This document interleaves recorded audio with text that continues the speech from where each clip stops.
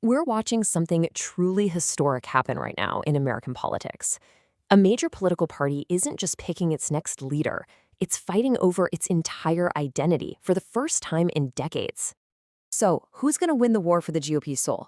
I mean, think about it. After Trump, there's no single person who can hold all these warring factions together. The anti-war populists, the pro-business establishment, and the loyalists who are just there for Trump himself.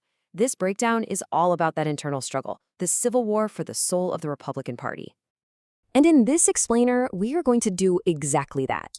We're going to look at the three major factions, the three wildly different futures they're fighting for, and what it'll take for each of them to actually win. This is the whole shebang. All right, before we jump into the deep end, if you get value out of this kind of no-nonsense breakdown, do me a quick favor and hit that like, share, and subscribe button for the Project Human channel. It seriously helps us make more of these explainers. Okay, so to really get what's happening now, you have to understand where the party has been. What was the old formula before Trump came along and just blew the whole thing up? For decades, the Republican Party had a pretty standard recipe, right? It was this very predictable, elite-driven formula. You had your neoconservative foreign policy, a very corporate-friendly economic agenda, a solid base of Christian moral conservatism, a pro-Israel, pro-empire worldview, and the whole thing was held together by a super powerful donor class. And this just perfectly sums up the growing disconnect. For the actual voters, what did that formula mean? Well, it meant wars overseas, it meant jobs getting shipped out, and it meant the culture wars being served up as some kind of emotional compensation. The leadership, they just had no idea how much anger was building up underneath it all. And then, Trump happened. He didn't just run against the Democrats. He basically ran against the Republican Party itself. He took aim at its core beliefs, the trade deals, the endless wars, the donors. He ripped the lid off and showed everyone that the voters and the party elites weren't even living on the same planet anymore. You know, Trump managed to hold all these contradictions together just through his sheer force of personality. But once he's off the stage, that emotional glue is gone, and the whole thing shatters into three distinct factions, each with a totally different vision for what comes next. This table really lays out the internal battle lines. On one side, you have the populist-nationalists. Their worldview is anti-war, anti-elite, and their main goal is protecting national sovereignty and the working class. You could kind of call them the America First minus the chaos faction. Then you have the institutional conservatives. This is essentially the pre-Trump party trying to make a comeback. They're pro-intervention, pro-business, and their goal is to restore what they see as American hegemony. And finally, there's the Trump personality cult. This group isn't really about ideology at all. It's about pure, raw loyalty to the man himself, his myth, his perceived strength, and that shared identity that comes from defending their champion. So we have our three factions, but how does each one actually plan to take control? Well, they each have a very different playbook for winning this war. Okay, for the populist-nationalists, here's their 5-step game plan. Number 1, they have to own the anti-elite narrative. 2, they've got to do something pretty wild, pull in parts of the anti-war left. 3, they must continue attracting working-class Democrats, especially in the Rust Belt. 4, and this is huge, they have to dominate the new media spaces. We're talking podcasts, X, all of it. And number 5, the final boss, they absolutely have to get Trump's blessing.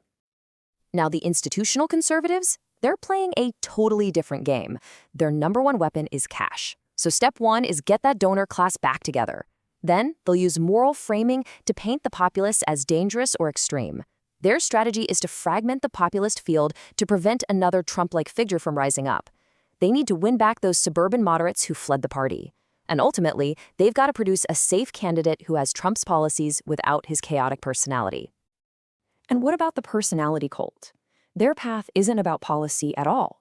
For them to win, they have to find a charismatic heir who can replicate Trump's entertainment-driven energy.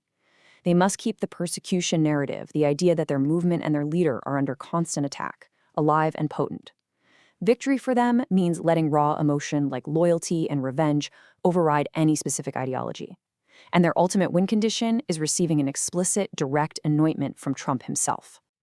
Okay, so those are the playbooks, but how can we, watching from the outside, tell who is actually winning this war in real time? Well, you have to watch the signals.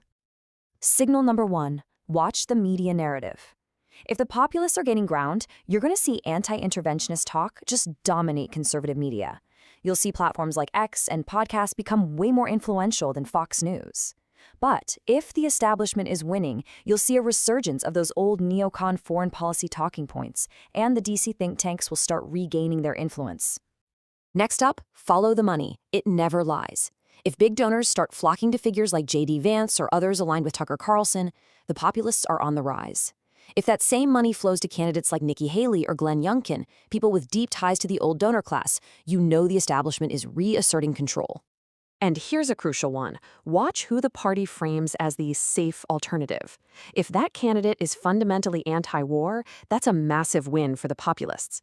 But if they're polished, pro-intervention, and friendly to the old institutions, you'll know the establishment is winning the inside game. Another signal gets to the very heartbeat of this entire conflict, the voters themselves. Are working-class voters in the Rust Belt and the Latino community continuing their shift to the right? That's a huge populist signal.